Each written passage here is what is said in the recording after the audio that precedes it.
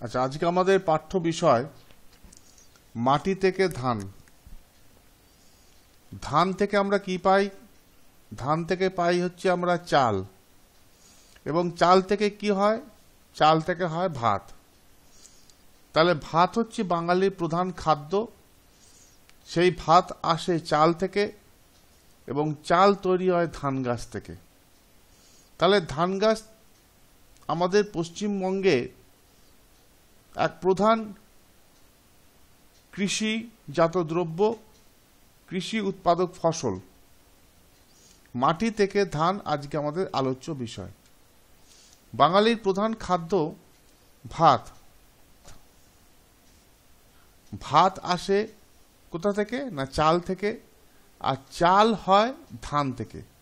আমাদের রাজ্যে, অর্থাৎ আমাদের রাজ্যের নাম কি? পশ্চিমবঙ্গ। আমাদের রাজ্যে প্রধানত ধান চাষ হয়। আমাদের রাজ্যে প্রধানত কি চাষ হয়? না ধান চাষ হয়। কারণ ধান চাষের জন্য উপযুক্ত আবহাওয়া, উপযুক্ত মাটি কিন্তু আমাদের রাজ্যে আছে। এইবারে আমরা আসছি যে ধান চাষের মাটি কিরকম হয়, কি ধরনের মাটিতে ধান চাষ হয়। না যে মাটিতে জল দাঁড়ায় সেই মাটিতে ধান চাষ ভালো হয়। তো আমরা যে মাটিতে জল দাঁড়াবে, তা কোন মাটিতে জল দাঁড়ায় আমরা জানি না? এঁটেল মাটি। এঁটেল মাটির জল ধারণ ক্ষমতা বেশি, পলি মাটির জল ধারণ ক্ষমতা বেশি। তাহলে এঁটেল মাটি এবং পলি মাটিতে ধান চাষ কিন্তু ভালো হয়। আমাদের গ্রামাঞ্চলের অধিকাংশ কৃষি জমি কিন্তু এঁটেল মাটি আছে। আর পলি মাটি কোথায় দেখতে পাওয়া যায়? গঙ্গা নদী তীরবর্তী এলাকায়, বা আমাদের পশ্চিমবঙ্গে যেসব নদী আছে তার তীরবর্তী এলাকাতে কিন্তু পলি মাটি দেখতে পাওয়া যায়। তাহলে নদীর কাছেই পলি মাটি দেখতে পাওয়া যায়। তাহলে পলি মাটি এবং এঁটেল মাটিতে ধান চাষটা ভালো হয়, কারণ এই মাটিতে জল দাঁড়ায়। এইবারে আমরা আসছি যে বীজ ধান কি। এর মধ্যেই কিন্তু আমাদের উত্তর আছে। বীজ ধান। বীজ ধান কি? না বীজ ধান হচ্ছে ধান। ধান ধান থেকেই কিন্তু আমরা ধান গাছ পাই। তাহলে প্রথমে ছোট জায়গায় ধান ছড়াতে হয়। ধান হচ্ছে বীজ। ঘন হয়ে গাছ হয়, সেই গাছগুলিকে বলে বীজ ধান। তাহলে আমরা দেখবে গ্রামাঞ্চলে খুব ছোট ছোট জায়গাতে ধান ছড়ানো হয়। যেমন এই যে ছবিতে দেখো, এখানে কিন্তু ধান ছড়ানো হয়েছে, এবং ধান খুব ঘন জায়গায় ছড়ানো হয়েছে। এইগুলো হচ্ছে বীজ ধান। এইগুলো হচ্ছে বীজ ধান। এই ধানগুলো কিন্তু বীজ ধান, খুব ঘন জায়গায় ছড়ানো হয়েছে।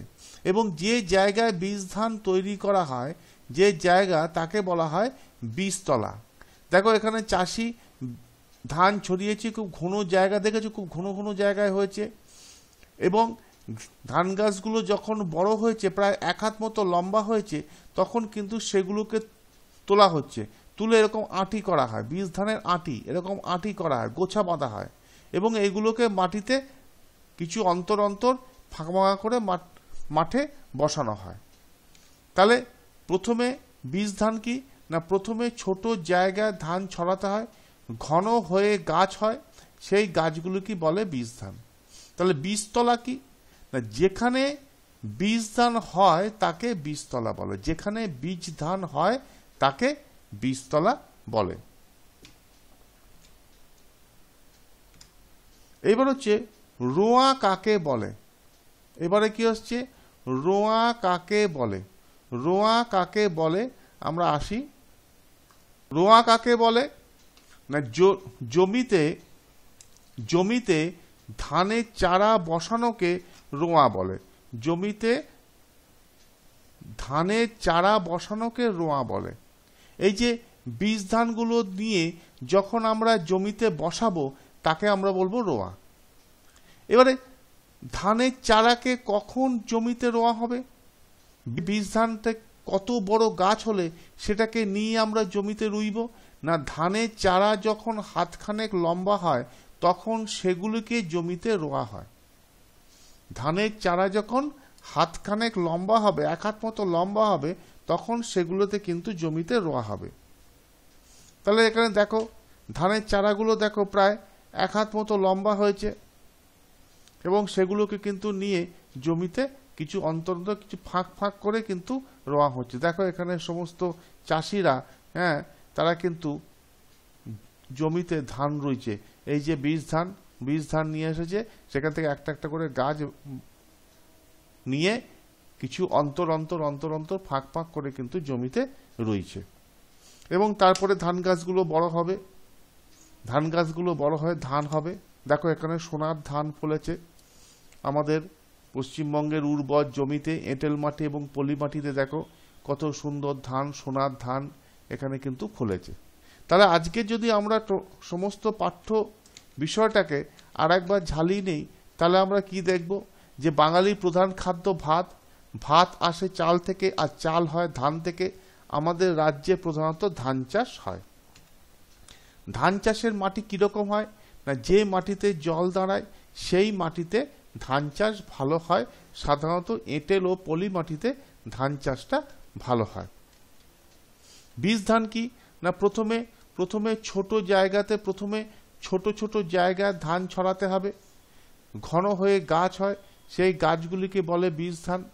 বীজতলা কি, যেখানে বীজ ধান হয় তাকে বীজতলা বলে। এখানে দেখো বীজ ধান, আর এটা হচ্ছে বীজতলা। রোয়া কাকে বলে? জমিতে ধানের চারা বসানোকে রোয়া বলে। ধানের চারাকে কখন জমিতে রোয়া হয় না, ধানের চারা যখন হাতখানেক লম্বা হয় তখন সেগুলি জমিতে রোয়া হয়। তাহলে আজকের পাঠ্য বিষয় ধান গাছ, বীজ ধান, বীজতলা, কখন ধান জমিতে রোয়া হয় তোমরা বুঝতে পারলে।